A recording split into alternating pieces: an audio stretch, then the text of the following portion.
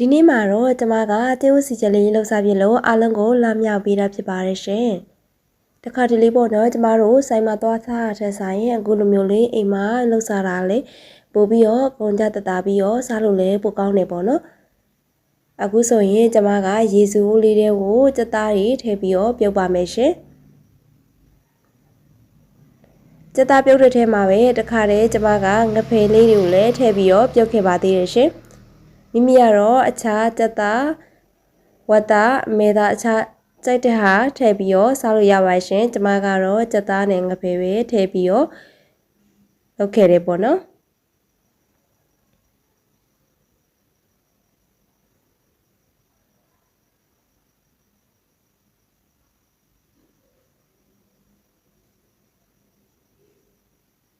စက်သားလေးတွေငဖယ်လေးကိုကျမကပို့ပြီးတော့ချက်သွားအောင်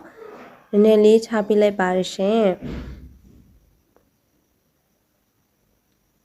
အခုပေါ့နော်ဒီစက်သားနဲ့ငဖယ်ပြုတ်တဲ့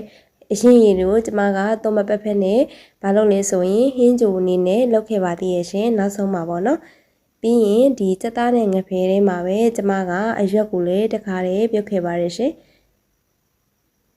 အရွက်ကတော့ကျမတော့အုံးမုံကြီးလေးသုံးပြုတ်ခဲ့ပါရရှင်အုံးမုံကြီးတစ်စီးကို300ပေါ့နော်အဲ့ဒါလေးတစ်စီးကိုပဲကျမထည့်ခဲ့ပါရရှင်တစ်စီးဆိုရင်တော်တော်များများရတယ်ပေါ့နော်ဒီထဲမှာပဲတခါတည်းပြုတ်ခဲ့ပါမယ်ရှင်စက်သားနဲ့ငဖယ်ချက်ပြီးဆိုတာနဲ့သူ့ကိုတခါတည်းထည့်ခဲ့ပြီးပါမယ်နော်အရွက်တွေကတခါတည်းထည့်လိုက်ရင်ချက်ချင်းချက်တယ်ဆိုတော့ကျမကသူ့ကိုနောက်ဆုံးမှပဲထည့်ပြီးတော့ပြုတ်ခဲ့ပါရရှင်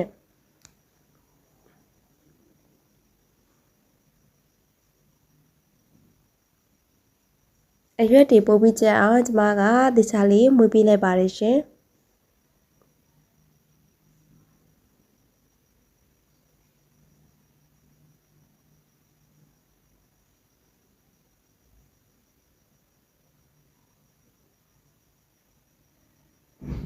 အခုဆိုရင်တော့အားလုံးကြက်တဲ့အနေထားလေးရောက်ပါပြီရှင်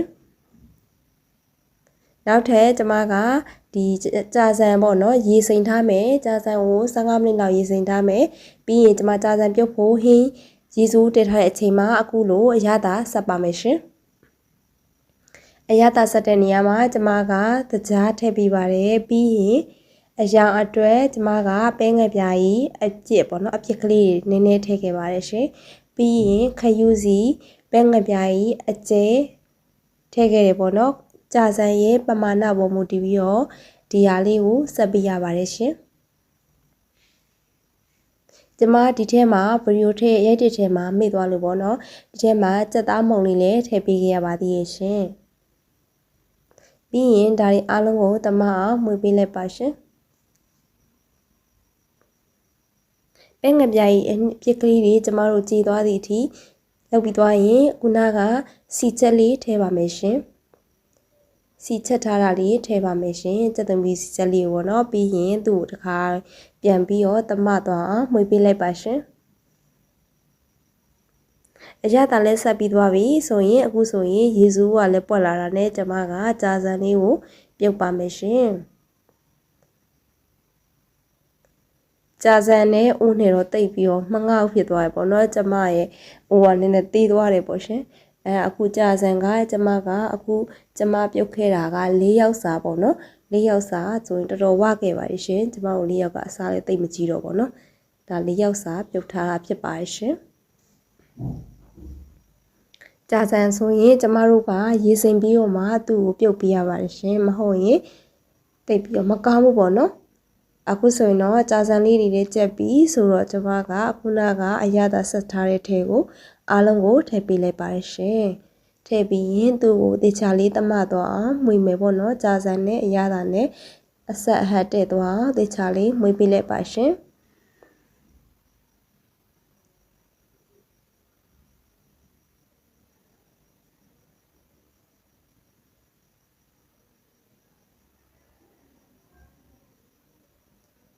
ဒီနေရာမှာတူလေးနဲ့မှွေရင်တော့ပို့ပြီးတော့အရသာနဲ့ဆက်တာပေါ့နော်ကျမကတူမရှိတော့အခုခရင်တစ်ချောင်းထပ်ယူပြီးတော့တေချာလေးပြန်မှွေပေးရပါတယ်ရှင်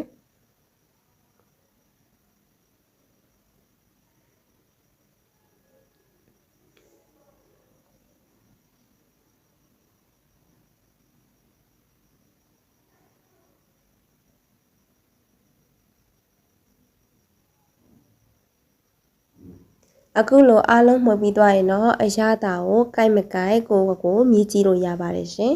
အရသာလိုတယ်ဆိုရင်တော့ထပ်ထဲပေါ့နော်မလိုဘူးဆိုရင်တော့ကျမတို့စားဖို့အတွက်ရပြီပေါ့နော်အခုနကပြုတ်ထားတဲ့ကြက်သားတွေငဖယ်တွေအရွက်တွေငုံဥတွေထည့်လို့ရပါပြီရှင်အားလုံးထည့်ပြီးရင်တစ်ခါပြန်ပြီးတော့ထပ်မှွေပေးလိုက်ပါတယ်ရှင်